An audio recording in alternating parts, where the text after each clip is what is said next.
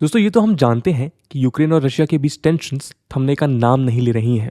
हालांकि कुछ दिन पहले रशिया के कुछ सोल्जर्स को उनकी मिलिट्री बेसिस पर वापस बुलाया गया था।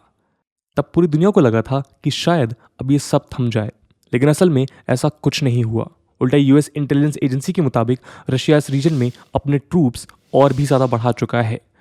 यूएस प्रेसिडेंट ने भी लेटेस्ट कॉन्फ्रेंस में फिर वही बात दोहराई है कि रशिया यूक्रेन पर हमला करने की सभी तैयारियां कर चुका है और अब वो झूठी खबरें फैलाकर यूक्रेन पर कब्जा करने का बहाना ढूंढ रहा है। दोस्तों इसमें involve major powers in tensions को कम करने के बजाय अलग अलग देशों से उनके सपोर्ट की मांग कर रहे हैं। इसलिए आज कोई भी देश चाह कर भी इस क्राइसिस से मुंह नहीं मोड़ पा रहा है। इसलिए ये क्राइसिस बाकी देशों की तरह इंडिया के लिए भी एक बहुत बड़ा पॉलिटिकल टेस्ट बन चुका है। लेकिन ये डायलेमा आपको कुछ सुना सुना सा नहीं लगता? जी हाँ, ऐसा ही कुछ आज से 60 से 70 साल पहले भी हुआ था, जब पूरी दुनिया कोल्ड वॉर के चलते दो गुटों में बंट गई थी। तब भी इंडिया को यूएस और यूएसएसआर के बीच किसी एक को चुनना था, लेकिन तब इंडियन लीडर्स ने नॉन अलाइनमेंट की पॉलिसी का सहारा लिया। आज भी वही मंजर देखने को मिल रहा है। आज भी इंडिया एक बैलेंस्ड अप्रोच अपना रहा है, लेकिन कई स्ट्रेटेजिक एक्सपर्ट्स का मानना है कि यह अप्रोच इंडिया के फॉरेन पॉलिसी नैरेटिव के लिए एक बड़ा खतरा है। और वो ऐसा क्यों कह रहे हैं, ये हम आज के वीडियो में समझने की कोशिश करेंगे। तो आज के वीडियो में हम इसी क्राइसिस में इंडिया के रिस्पॉन्स को एनालाइज करेंगे और जानेंगे कि क्यों ये क्राइसिस इंडिया के लिए एक लूज लूज सिचुएशन है। तो चलिए शुरू करते हैं इस क्राइसिस में इंडिया के अभी तक के रिस्पॉन्स को समझने से। नमस्कार दोस्तों, मेरा नाम है आदर्श और स्वागत है आपका स्टडी IQ में।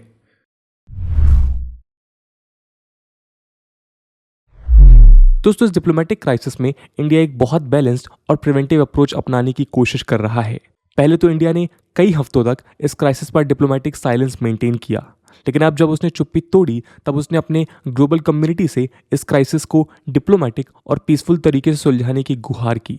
साथ ही 30 जनवरी 2022 को यूनाइटेड स्टेट्स सिक्योरिटी काउंसिल में यूएस ने इस क्राइसिस के ऊपर डिस्कशन की मांग की।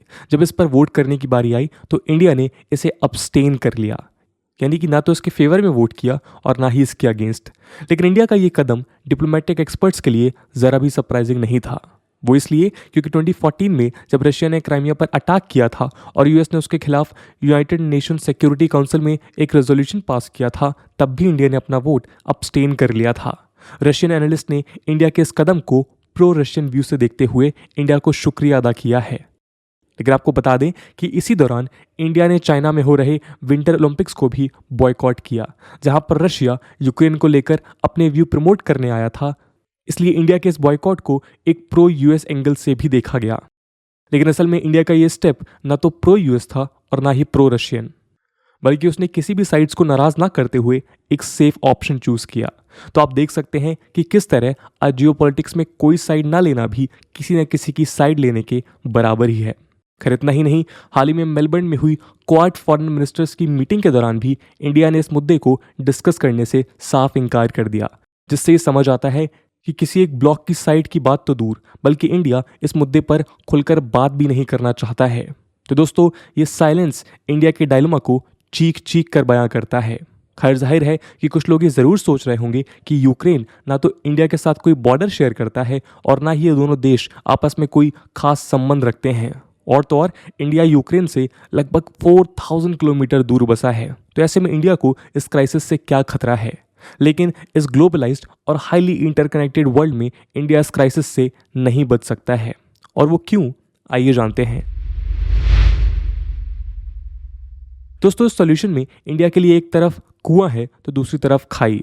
इंडिया के लिए क्राइसिस रशिया वर्सेस यूक्रेन नहीं है, बल्कि रशिया वर्सेस वेस्ट की है। इन दोनों के साथ ही इंडिया आज बहुत डीप स्ट्रेटेजिक टाइज शेयर करता है। इन सभी देशों की डेस्टिनी आपस में इस तरह गुथी हुई है कि इंडिया आज किसी भी ब्लॉक की नाराजगी लॉन्ग टर्म में अफोर्ड नहीं कर सकता है। हालांकि कोल्ड वॉर के दौरान तो इंडिया ने नॉन अलाइनमेंट की पॉलिसी के तहत दोनों में से किसी भी एक साइड को पिक करने से मना कर दिया था, लेकिन आज ऐसा मुमकिन नहीं है। आज रशिया यूएसएसआर के कंपैरिजन में इकोनॉमिकली और मिलिटरीली बहुत वीक है। साथ ही 1991 के बाद इंडिया और यूनाइटेड स्टेट्स के संबंध पहले से बहुत बेहतर हुए हैं। आज ये दोनों देश स्ट्रैटेजिक एलाइज हैं और ये दोनों एक्टिवली इंडो पैसिफिक थिएटर में क्वाड जैसी ग्रुपिंग्स के साथ मिलकर चाइना के राइज को कंटेन कर रहे हैं। वहीं यूरोपियन यूनियन भी इंडिया का 3rd लार्जेस्ट ट्रेडिंग पार्टनर है। इसके अलावा आज इंटरनेशनल स्टेज पर इंडिया का इन्फ्लुएंस भी बढ़ रहा है। ऐसे में इंडिया न तो कोल्ड वॉर की तरह दोनों साइड से दूर रहने की कोशिश कर सकता है और ना ही ये चाह कर भी कोई एक साइड पिक कर सकता है, स्पेशली तब जब दोनों ही साइड्स एक्टिवली इंडिया के सपोर्ट की मांग कर रही हैं। कुल मिलाकर आज ये सिचुएशन इंडिया के लिए बहुत कॉम्प्लिकेटेड और साथ साथ रिस्की भी है। आइए कुछ प्रोमिनेंट रिस्क पर हम एक नज़र डालते हैं। दोस्तों, रशिया काफ़ी लंबे समय से इंडिया का एक टाइम टेस्टेड और रिलायबल पार्टनर रहा है। साथ ही इंडिया की लगभग 86% डिफेंस रिक्वायरमेंट्स रशिया पूरी करता है। साथ ही इंडिया रशिया के डिफेंस एक्सपोर्ट्स की सबसे बड़ी मार्केट है और पिछले कुछ सालों में ये एक बायर सेलर के रिलेशनशिप से बढ़कर जॉइंट रिसर्च, डिज़ाइन और डेवलपमेंट के लेवल तक अपग्रेड हुआ है। BrahMos cruise missile, 5th generation fighter aircraft और मल्टी रोल ट्रांसपोर्ट एयरक्राफ्ट का जॉइंट डेवलपमेंट इस ट्रेंड के बेस्ट एग्जाम्पल्स हैं। डिफेंस के साथ साथ रशिया ने कई बार यूनाइटेड नेशंस में खुलकर कश्मीर इशू पर इंडिया को सपोर्ट किया है।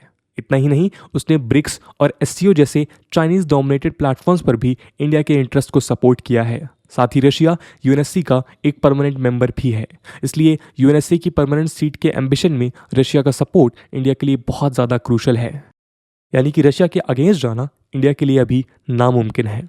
लेकिन दूसरी तरफ रशिया का साथ देने का मतलब यूएस के एग्रेसिव सैंक्शंस को खुला निमंत्रण देना है।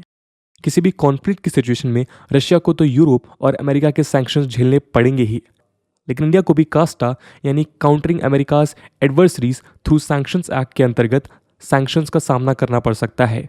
कास्टा यूएस कांग्रेस के द्वारा लगाया गया एक ऐसा लॉ है जिससे वो अमेरिकन इंटरेस्ट के अगेंस्ट जाने वाले देशों या ऐसे देशों के साथ इंगेज करने वाले देशों के साथ इकोनॉमिक सैंक्शन जैसे टूल इस्तेमाल करता है।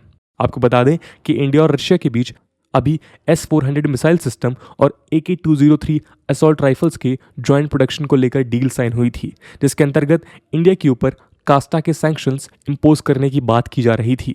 तो अगर इंडिया रशिया के सपोर्ट में आता है तो इंडियन इकोनॉमी को भी इस तरह के सैंक्शंस का सामना करना होगा। इसके अलावा इंडिया ने हमेशा डेमोक्रेसी, सोवर्निटी और नॉन वायलेंस जैसे प्रिंसिपल्स को सपोर्ट किया है, और जहां वो एक तरफ चाइना के इलीगल एक्सपेंशनिस्ट एम्बिशंस को टारगेट करता आया है, वहीं दूसरी तरफ यूक्रेन के इन्वेजन को सपोर्ट करना इंडिया के मोरल ऑब्लिगेशंस के खिलाफ है। दोस्तों, अगला सबसे बड़ा चैलेंज है चाइना। इंडिया को एग्रेसिव चाइना को कंट्रोल करने के लिए यूएस और रशिया दोनों की ही बहुत ज़रूरत है। यूरोप में कोई भी क्राइसिस यूएस और नेटो के फोकस को इंडो पैसिफिक से खींचकर वापस यूरोपियन बैटलफील्ड में ले आएगी। इसी चीज़ का फ़ायदा उठाकर चाइना साउथ चाइना सी और इवन इंडिया चाइना बॉर्डर पर अपनी हॉस्टाइल एक्टिविटीज़ फिर से शुरू कर देगा। यानी कि ये इंडिया के स्ट्रैटेजिक और सिक्योरिटी कंसर्न्स के लिए एक बड़ा खतरा है। इसके अलावा यूएस सैंक्शंस के चलते रशिया चाइना के ऊपर और भी ज़्यादा डिपेंडेंट हो जाएगा। ये एक्सेस आगे चलकर पाकिस्तान को भी फेवर कर सकती है। यानी कि सिचुएशन में हर तरफ से इंडियन इंटरेस्ट खतरे में है। अब बात करते हैं इकोनॉमिक एंगल की। दोस्तों, ये तो हम जानते हैं कि वॉर किसी भी देश की इकोनॉमी के लिए फेवरेबल नहीं होता है। आज पूरी दुनिया पहले से ही हिस्टोरिक इन्फ्लेशन यानी महंगाई का शिकार हो रही है। ऐसे में एक वॉर का छिड़ना दुनिया के हर व्यक्ति को बहुत महंगा पड़ सकता है। खैर, आपको बता दें कि आज India Russia bilateral trade $8 billion के आसपास का है। हालांकि आज India Russia trade Soviet era के कंपैरिजन में इतना सिग्निफिकेंट नहीं है, लेकिन एक पोटेंशियल वॉर के सिनेरियो में रशिया और उसके साथ डील करने वाले नेशंस के ऊपर लगने वाले सैंक्शंस इंडियन इकोनॉमिक इंटरेस्ट को ज़रूर अफेक्ट कर सकते हैं। अभी तक हमारी global supply chains corona virus pandemic के शॉक से पूरी तरह उभरी भी नहीं है कि इस दूसरी क्राइसिस ने उनके दरवाजे पर दस्तक दे दी। अगर वॉर छिड़ जाता है तो ग्लोबल सप्लाई चेन्स एक बार फिर बुरी तरह अफेक्ट होंगी, और एक प्रोडक्ट जो इंडिया को सबसे ज़्यादा अफेक्ट करेगा वो है कुकिंग ऑयल। आपको बता दें कि इंडिया ने last year 1.98 million turns sunflower oil import किया था, जिसका 74% केवल यूक्रेन से मंगाया गया था। हालांकि वॉर के चांसेस को ध्यान में रखते हुए इंडिया ऑलरेडी ब्राज़ील और अर्जेंटीना जैसे ऑल्टरनेटिव्स एक्सप्लोर कर रहा है, लेकिन इतनी जल्दी उन पर शिफ्ट करना आसान नहीं होगा। इतना ही नहीं, इस क्राइसिस ने petroleum, natural gas, oil, stock market और गोल्ड के प्राइसेस पर तो असर दिखाना शुरू भी कर दिया है। 2022 में क्रूड ऑयल का प्राइस $70 से $75 पर बैरल एस्टिमेट किया गया था, लेकिन इन टेंशंस के बीच उसका प्राइस 14% की हाइक के साथ लगभग $90 पर बैरल तक पहुंच चुका है। एनालिस्ट के मुताबिक अगर ये क्राइसिस जल्दी रिजॉल्व नहीं होती है तो ये $125 पर बैरल तक भी पहुंच सकता है। Russia global crude oil production में 13% कंट्रीब्यूट करता है। ये अमाउंट ओपेक यानी organisation of petroleum exporting countries के टोटल क्रूड ऑयल प्रोडक्शन से 2 गुना ज़्यादा है। इसके अलावा हम जानते हैं कि यूरोप अपनी नेचुरल गैस की सप्लाईज के लिए किस तरह रशिया पर निर्भर है। यूरोप की 40% और पूरे विश्व की 20% नेचुरल गैस रशिया से आती है। आपको बता दें कि प्रेसिडेंट पुतिन की रिसेंट विजिट के दौरान इंडिया और रशिया के बीच भी नेचुरल गैस डील साइन हुई थी, जिसमें इंडिया ने रशिया से $25 बिलियन ऑफ गैस खरीदने का फैसला किया था। लेकिन जाहिर है कि वॉर के सिनेरियो में नेचुरल गैस के प्राइसेस सभी रिकॉर्ड्स तोड़ते हुए ग्लोबल इकोनॉमी को एक बड़ा झटका देंगे, जिससे इंडिया जैसी इकोनॉमीज के ऊपर एक डिवास्टेटिंग इम्पैक्ट पड़ना निश्चित है। तो दोस्तों, अब आप देख सकते हैं कि किस तरह इंडिया के लिए ये वॉर एक लॉस सिचुएशन है। और केवल इंडिया ही नहीं, बल्कि कभी भी कोई वॉर किसी के हित में नहीं होता। आज की हाईटेक न्यूक्लियर पावर दुनिया में तो इसको समझना और भी ज़्यादा ज़रूरी हो गया है। दोस्तों, इस मल्टीपोलर वर्ल्ड की स्टेबिलिटी के लिए एक स्ट्रॉन्ग रशिया बहुत अहम कड़ी है, स्पेशली इंडिया के बढ़ते एम्बिशंस के लिए, जहां वो यूएस और चाइना दोनों के ही राइज को बैलेंस करना चाहता है। इंडिया के नेशनल और स्ट्रैटेजिक इंटरेस्ट को एक स्टेबल मल्टीपोलर वर्ल्ड की ज़रूरत है, जहां वो खुद भी एक रिस्पॉन्सिबल ग्लोबल पावर के रूप में उभरना चाहता है। इंडिया पीस और सोवरेन वैल्यूज़ के साथ किसी भी तरह कॉम्प्रोमाइज़ नहीं कर सकता, और इसी को ध्यान में रखते हुए इंडिया को इन टेंशंस के बीच पीसफुल डायलॉग और रेजोल्यूशन को ही सपोर्ट करते रहना होगा, और आज वो एग्जैक्टली यही कर रहा है। तो दोस्तों, ये थी कहानी इंडिया के ऊपर इम्पैक्ट की एक पॉसिबल रशिया यूक्रेन वॉर में। इस पूरे एनालिसिस को लेकर आपका क्या ओपिनियन है, कमेंट सेक्शन में ज़रूर बताइएगा। आज की वीडियो के लिए इतना ही। आई होप आपको वीडियो पसंद आई होगी, और अगर पसंद आई है तो अपने दोस्तों के साथ शेयर करना मत भूलिएगा। हम मिलते हैं अगले वीडियो में, तब तक के लिए जय हिंद, जय भारत।